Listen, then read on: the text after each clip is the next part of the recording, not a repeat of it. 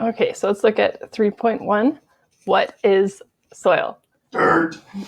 So today we're going to be looking at the different parts of soil, what's all in it, and essentially what it is. Dirt. So soil is not just dirt. Soil has minerals, organic particles, and humus, not humus. So the minerals, we looked at that earlier this year. Those are the building blocks of rocks. So they're pure, natural, solid materials. And your organic particles are things that come from organic things. So things that were living, so plants and animals. The humus is very similar. It's just partially decomposed materials. So it's not all the way decomposed, just somewhat. And those are, of course, going to help keep the soil healthy and help plants to grow by giving them the nutrients they need. So in the spaces between the particles of soil, there are spaces. We call those pores. And these are filled with either air or water. The spaces between the soil particles are important.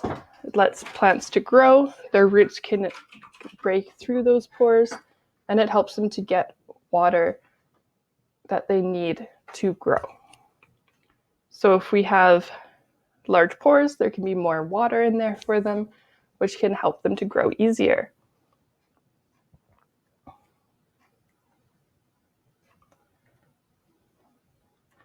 right, next we got our three different types of soil. So the first one is sandy soil. Not shockingly, sandy soil is sand. So think of sand, the beach, the park. It's light brown in color. It doesn't clump. Even if you get it wet, you can't really make a sand ball very easily.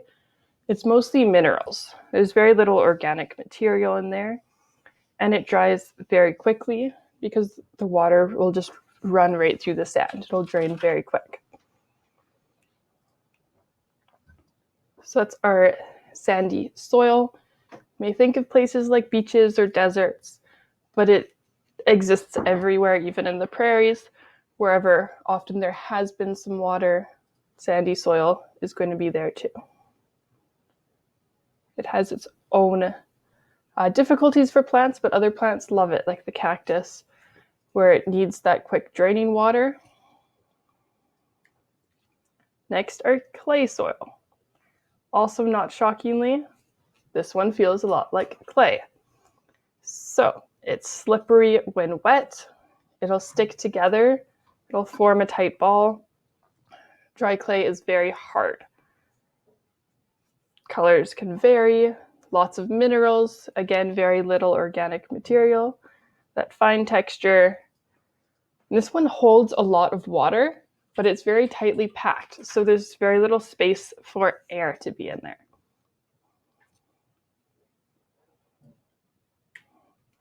And finally, our loam soil. This is your garden soil, right? It's kind of crumbly. I describe it like a moist cake. Dark brown or black, and there's that perfect balance between organic particles and minerals.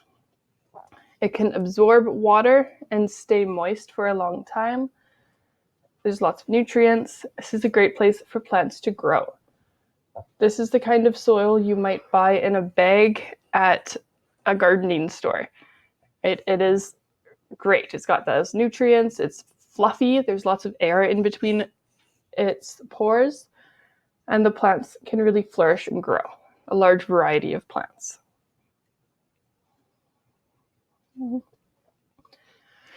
Right, so again, we got our clay, loam, and sandy soil. Sand, it's going to be that lighter brown. It's going to dry very quick, very fine texture. Clay, color can vary a lot, and it's going to be tightly packed. Think of if you're digging in the park. After the sand, you get to clay, and you can really make some good clay balls and mud cakes. And then your loam soil, that's your nice garden soil. So if you want to get a good variety of plants growing, you'll want to use more of a loam soil. All right, that's it for today.